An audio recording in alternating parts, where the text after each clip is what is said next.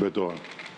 Pasi emëroi diellën si ministre me një dekret kushtetues nga Bajram Begaj, kryeministri Edi Rama ka shkuar në një tjetër nivel sa i përket përqendrimit të pushtetit në një dorë në emër të implementimit të inteligjencës artificiale. Sot kryeministri Rama njoftoi se jo vetëm tenderat dhe prokurimet publike, por tashmë edhe kuvendit do të jetë virtual, pasi në vend të deputetëve të zgjedhur nga qytetarët, punën për ta do ta bëjnë fëmijët e diellës. Ndaj për herë të parë që diella është shtatzën dhe pret 83 fëmijë,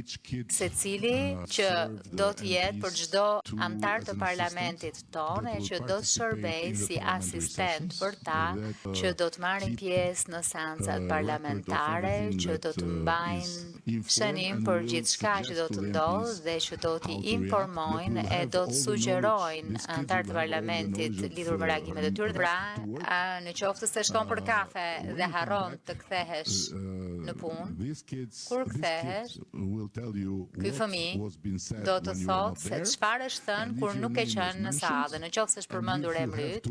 e në qoftë se të duhet të kundërsulmosh dikë që të ka përmendur për arsye të gabuara. Gjatë fjalës së tij në truezën e dialogut global në Berlin përballë moderatorit Aili Aslan, Rama u përpoq që të justifikonte edhe talljen me presidentin e Shteteve të Bashkuara të Amerikës Donald Trump, ku ju desh të shiste edhe aleatët e tij demokrat. Se sa në pozitë keqe janë demokratët në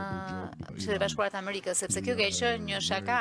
shumë miqësore me Ilamin, sepse jemi miq të ngushtë për një kohë të gjatë. Po fakti që kjo shaka miqësore në Shtetet e Bashkuara të Amerikës u përdor për të sulmuar presidentin, ishte diçka që realisht më mërziti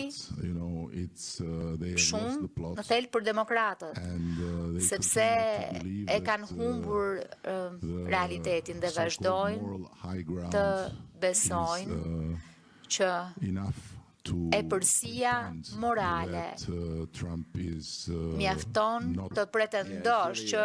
presidenti Trump është aty ku është, në fakt aty është. Pra ç'mund të bësh në fundit për të. Ndërsa vuri fokusin tek roli globali, Donald Trump, kryeministri Rama, u tregua kritik ndaj liderëve të Bashkimit Evropian që sipas tij janë inferior përballë politikave të jashtme të Shteteve të Bashkuara të Amerikës e duhet t'ju shërbej rikthimi i Trump për të zgjeruar Europën në rolin e rëndësishëm të vendimarrjeve globale e mbylljen e luftrave. Kohë më parë, teksa Trump kandidonte për të bërë pjesë i Shteteve të Bashkuara të Amerikës, kryeministri Rama cilsoi atë si një fatkeqësi për botën që nuk duhej të zgjidhej në shtëpinë e bardhë.